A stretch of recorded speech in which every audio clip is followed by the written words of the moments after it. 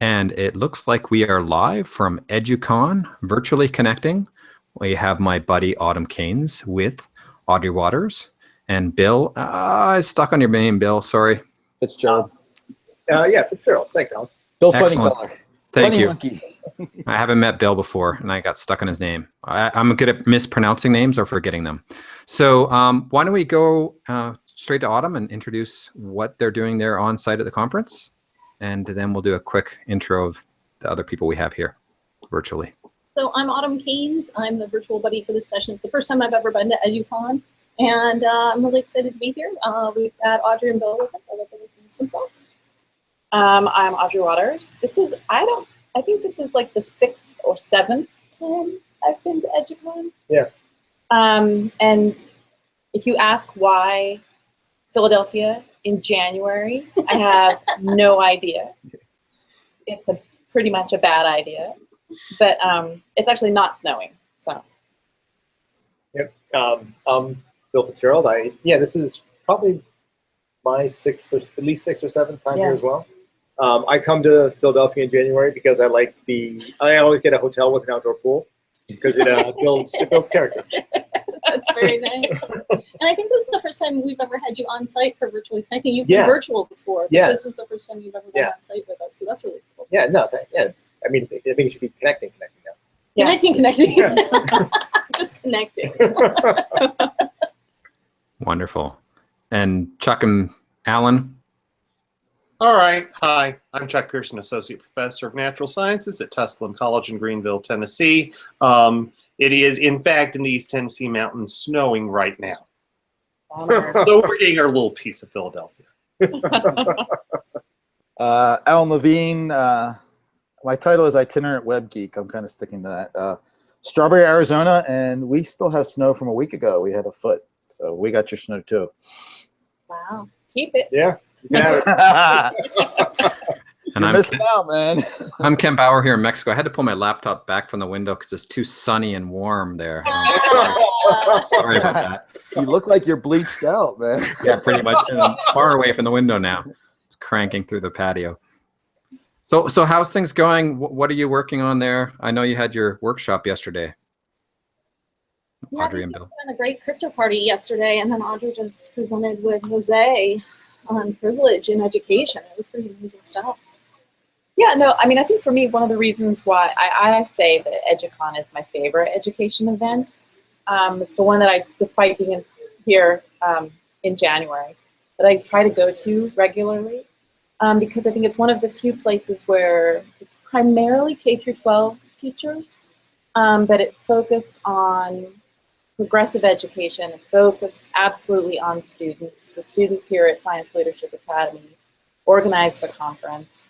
And I feel as though it's not really a lot of presentations. It's mostly conversations that people have about, it's one of the few places where social justice isn't just the one panel. It's sort of throughout, like the whole event sort of shot through with questions about justice and equity.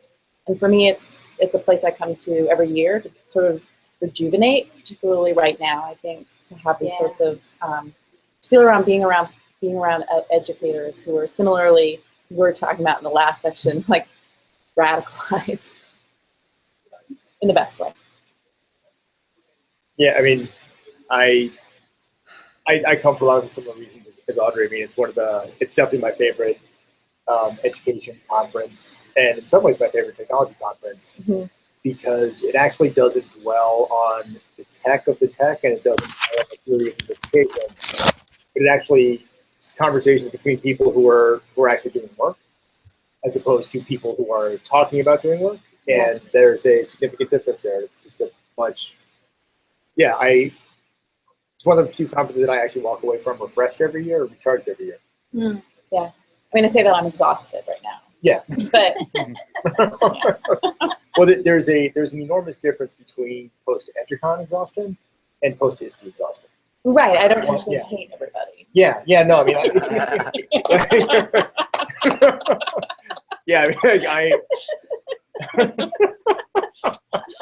You got an audience here, and she totally just nailed it. A lot of showers when I got back from Denver. They actually have showers in Denver. It wasn't the same. It was all dirty. But I think actually what your point is great because, we had the crypto party yesterday. And I think that when people think about a crypto party, they do think about people sort of huddled around laptops at the command line, sort of Nobody had doing any laptops at encryption. home. And it was really a discussion, I think, about our beliefs and practices, really much more about social and cultural and behavioral issues than it was about here are the top 10 tools you can use in your classroom tomorrow to make your students' data more secure. So not the classical let's sign each other's keys type thing. Right. Yeah. We didn't actually there was not any key exchange. Yeah. Good job. Awesome. I'm also glad I didn't have coffee in my mouth when you talked about HDR, because that would have been bad. No, I mean, it's just one of those things where, surprisingly, behavioral change, which is what leads to better privacy, better security practice, is actually not a tech silver bullet, but actually requires behavioral change. Right. So what was the kind of level of awareness in the room? Was this brand new to most people? Or is it medium, spectrum? I think the spectrum. Yeah. I think that some people were. It's sort of interesting. It's always interesting to have these conversations with people who are aware about these issues for their own personal tech use, and then use like the most horrific tools in the classroom. Right. So like they're pretty careful about what they sign up for and what happens to their data, but they're more than happy to like sign their students up for like some completely data vacuum that's gonna take a lot of steps. So. School announcement? As I just said, everyone can unmute because there's not many of us and sound's not a problem. It was one of the things, Alan, you asked about like levels of familiar, what was the spectrum? There are actually multiple spectrums, which made it interesting. There was the spectrum of familiarity with sound, privacy, and security practice. Then there was also the spectrum of concern. Like there were people who had their main concern as students sharing passwords. There were people who had their main concern as, what happens in terms of data mining. Then there were people who had concerns about, what does data usage mean in a world where that information could be used to get immigration status? So like there are a range, like a spectrum of concerns and a range of familiarity with different ways to counter those concerns. And that was actually a really interesting conversation on a few different levels. We're going to pull up another chair here, a little bit tighter. We have a fourth person joining us. Wonderful. Cool. Huddled together. I guess I'm kind of, We'll also let Vanessa say hello while we got a break here in the chair movement. Okay. Hello. Yeah, let me just say hi. Okay, hi. Hi. Hi. Hi. I've been catching up on some of the videos from the conference from EduCon. The one with all the empty chairs was particularly exciting. I think that was supposed to be your session, actually, the privilege session. Somebody hit the thing too early, and so it went out as 15 minutes of an empty room. But they eventually. It's an art. Nobody has any privilege. The important conversations are in the hallway, so there's no privilege in the room there. It's empty. Yep. Oh. Yeah, they gave that to all the presenters. So we just had somebody new join us. Jose just presented in the Educational Privilege 4.0. 4.0. Wonderful. Yes, hi. Hi, welcome. Hi. And you're the founder of EduColor? That's me. Can you tell me a little bit more about it? EduColor is an organization dedicated to equity and social justice. And it's primarily online. It's a national organization, and it's based mainly on teachers, but then it's grown into a whole lot of different folks from all across the country, and it's gone international as well. So that's us. It's really cool. So I see you guys on Twitter sometimes. Is it mostly on Twitter? You have a website too? Newsletter? Newsletter? Twitter, Facebook, all that. Very cool. Yes. And what's the domain of the? Educolor.org. We're fairly easy to find, so it's a blessing. Yeah, I think that the EduColor the EduColor conversation for me is one of the things that helps guide sort of like a star by which I can sort of steer my ship in terms of always making sure that the conversations when I think about education technology are absolutely grounded in questions of social justice and racial justice, and that if those aren't the first questions, like then the conversation is off on the wrong foot from the get-go. We can't ask those last. Yeah. It has to be the first question. And that's also one of the there are monthly chats within the EduCon group that are on Twitter, and those are actually both the chats themselves and the archives after the fact are just incredible resources to also help ground the work you do on things that matter and things that actually are directly relevant that we might not be thinking of ordinarily. What they say.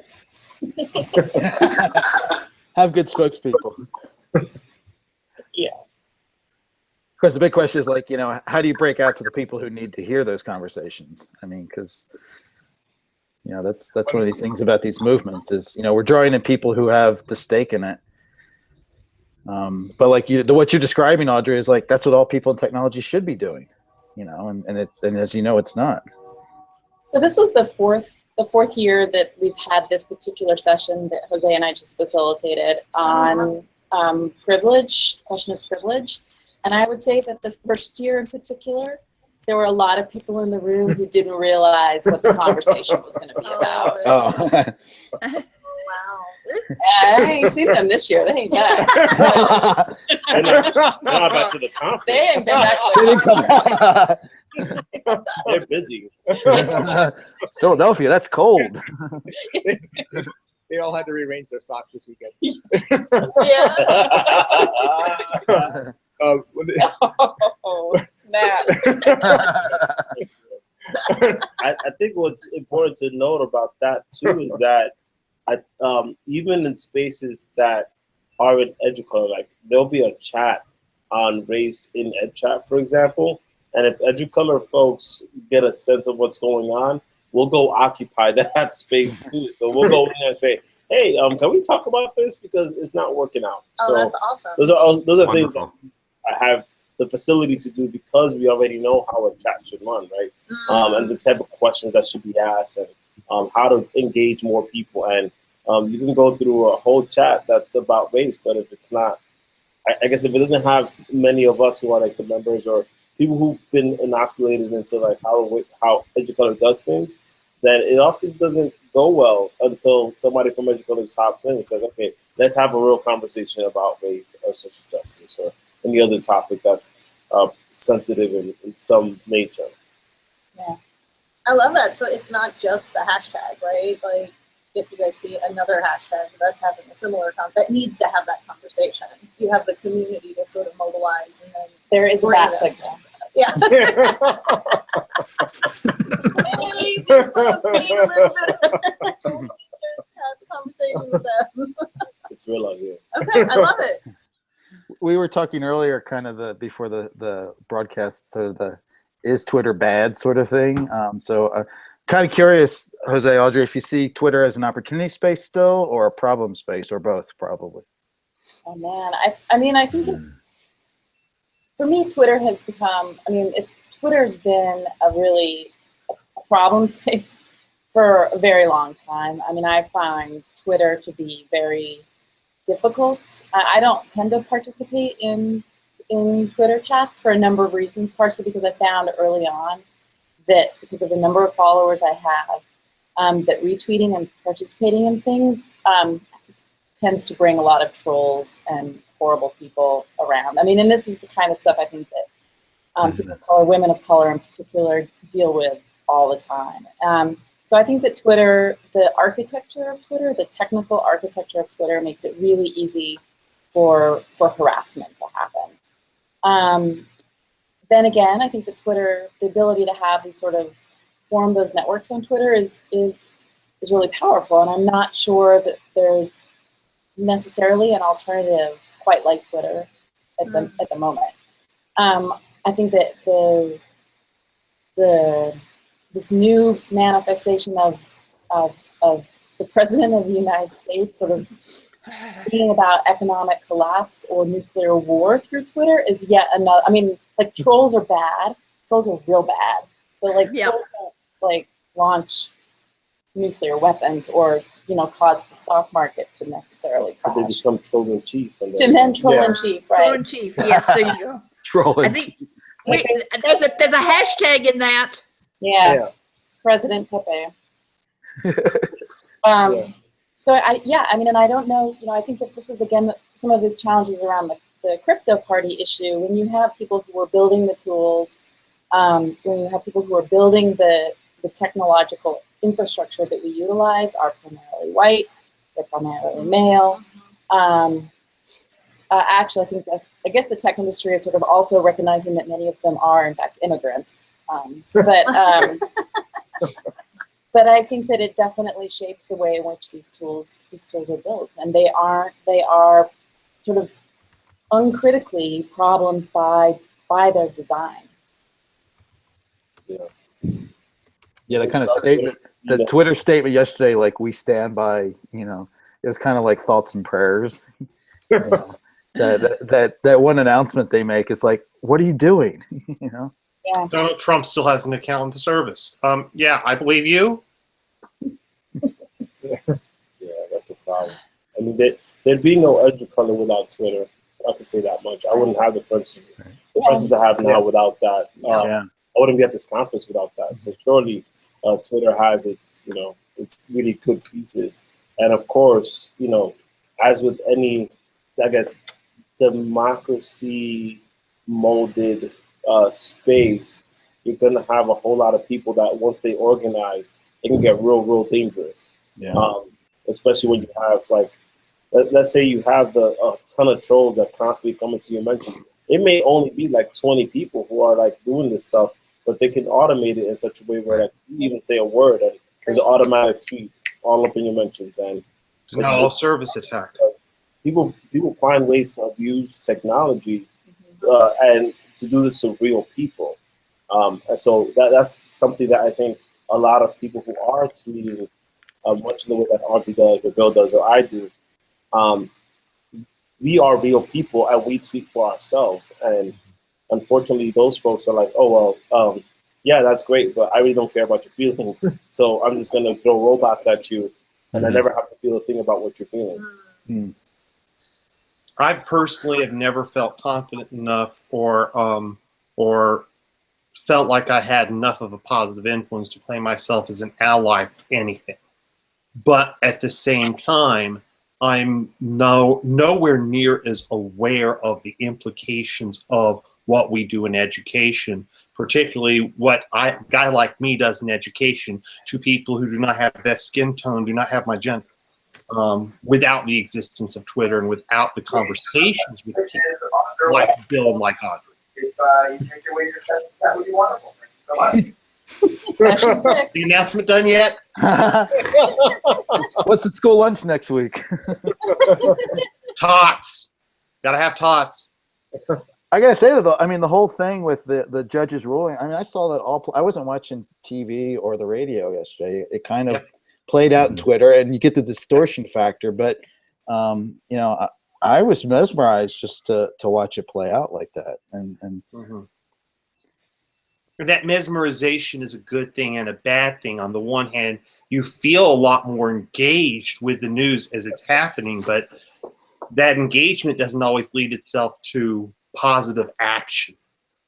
And that's a reality I'm coming to grips with right now as I'm pondering my place in East Tennessee, responding to what's going on around us.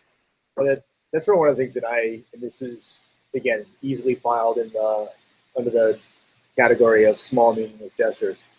Like, as a straight white male, I try and never use the mute button or the block button.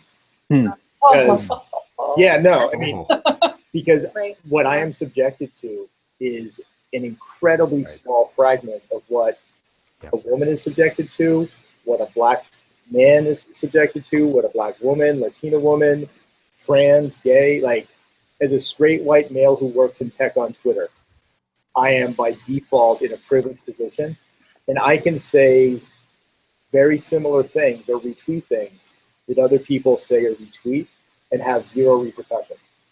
So when a troll, I mean, part of it too is I have a much smaller following, but when a troll jumps in my mentions, I will always actually try to not mute them, just because otherwise it's really easy to not be aware of that side of the internet unless you look for it. I mean, that and I'll also like spark up Tor and actually go to some of the less savory subreddits.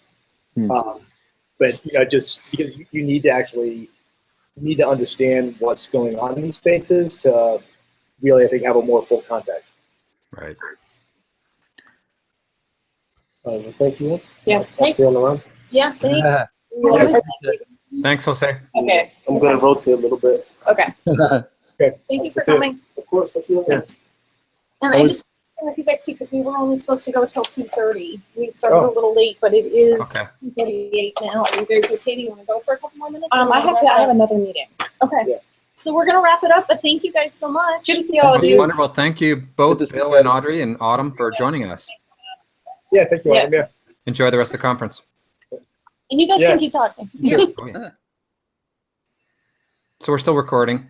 Yep. Why are you doing that? Why are you recording me, Ken? Uh-oh. It's a leak. It's a leak. Yes. Let's go out on network narrative soon. Crossing the streams. Thoughts? Thoughts after that, Vanessa? Chuck? Yeah, I was thinking about I've been thinking on Twitter in some of the same ways that the rest of you were. It's a mixed bag.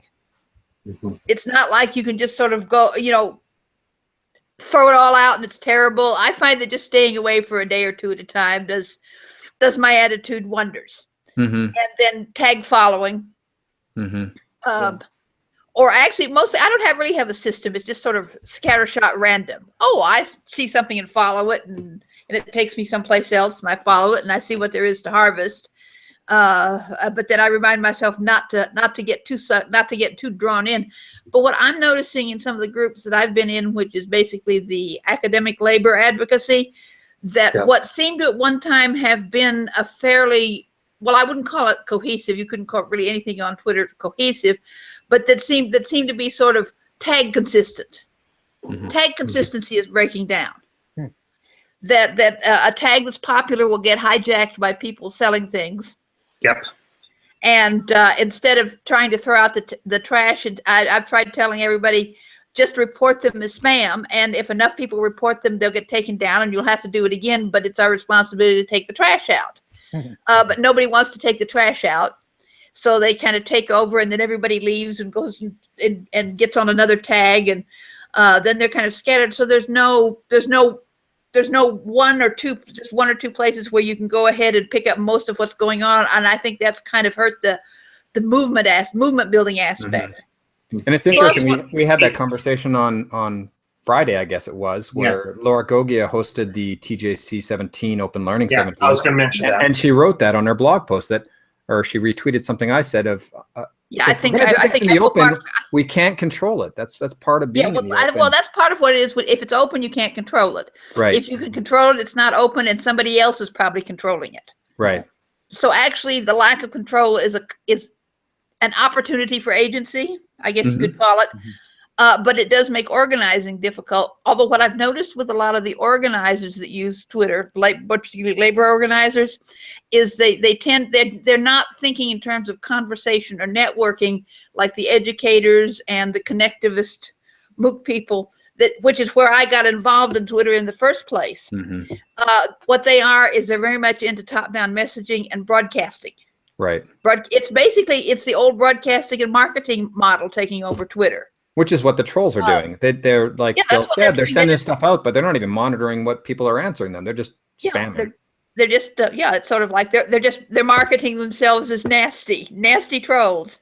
There's a T-shirt. I really love what Bill said about how you kind of have to expose yourself to this. Those of us that are in a place of privilege to really understand it, and something I've been saying a lot of those of us that feel secure in our work. It's a lot easier for us to be innovative in education and expose ourselves to the dangers of, you know, pushback from what we do. And I've said we need to do it. Those of us that are in a place Right. of privilege need And if you to stand up for the others. if you have any kind of protection, you need to be a voice for others. That's what I've been quite often with the academic advocacy is I'm retired. Nobody can fire me. They cannot not rehire me. They cannot fire me. Now, I don't see them complaining to Social Security saying, throw this woman out on an ice floe because she's not saying, well, that could be coming. Who knows? Yeah. I'll worry about it later. Executive order next week. There's a spare room up here in Mexico if you need it, Vanessa.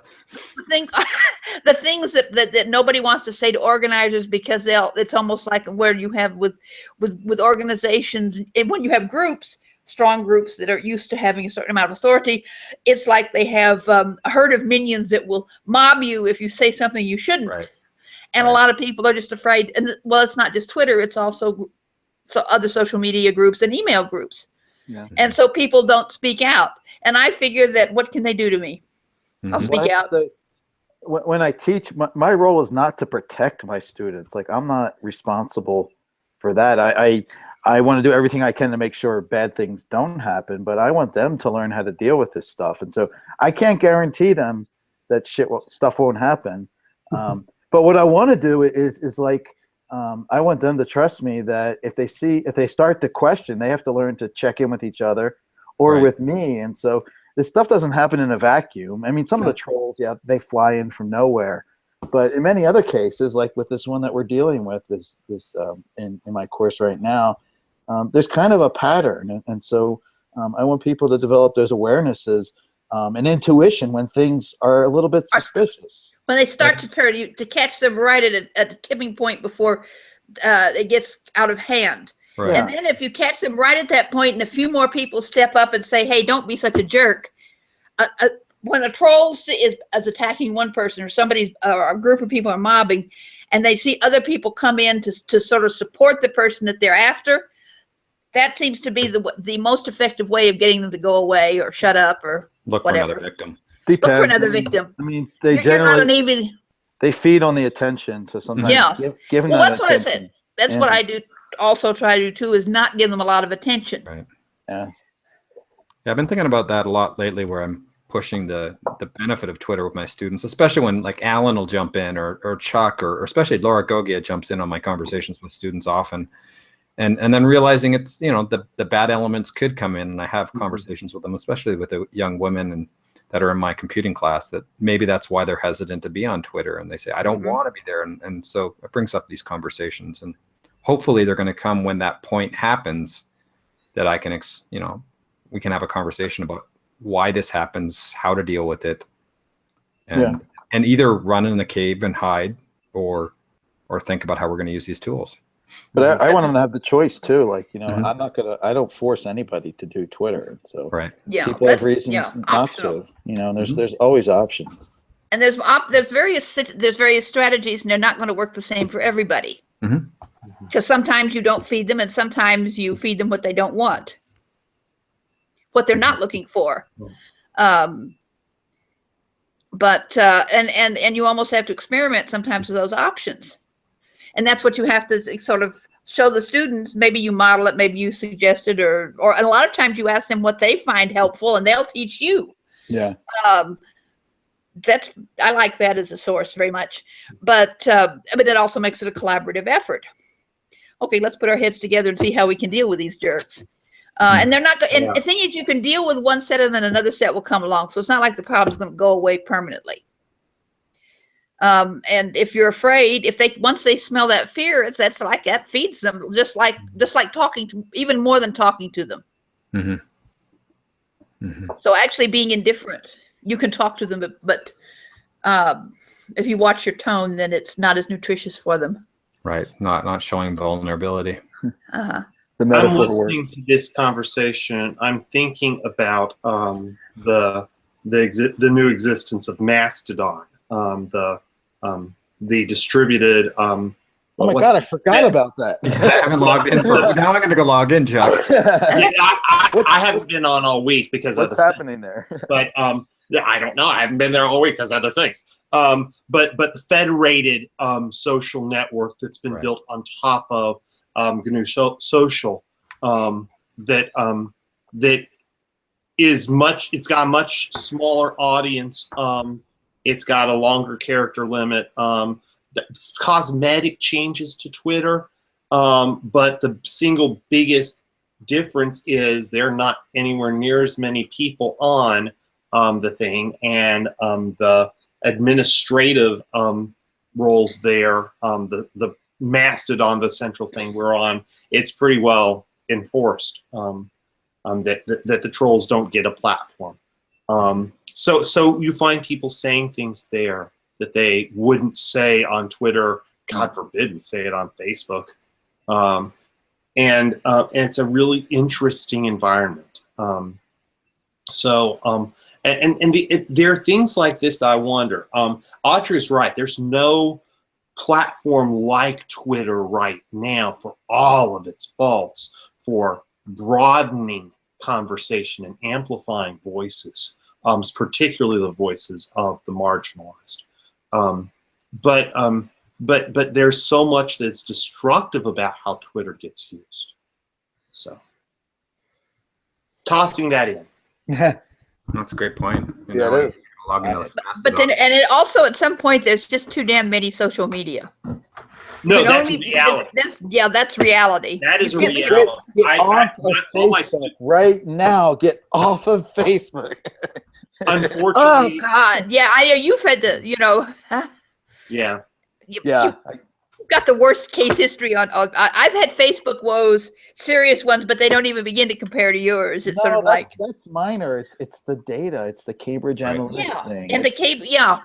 And and then too, when they send you get around these things. Oh, share this, and they're always pushing you to share more and get more people in, so they can spread that data around. And they're spreading it around to people who really, on the whole, do not have a very good sense of how to take care of themselves online. Yeah. All right, Ken's got to go. I'm going to wrap up. Sorry. Okay. I got a message from my wife. It's probably saying, go pick up the boys. Those are the important wonderful ones. After conversation as well. I have to go for this for half an hour. But I think always good talking to you. Alan's going to take Felix out for a walk in the snow as well. Yep. See you guys later. Walking, and I have to take myself for a walk in the snow too. Good. Well, I thank everyone for being here and signing off for Virtually Connecting at EduCon. Yes. And I'll hit and now I can go watch the first part of it that I missed. Awesome.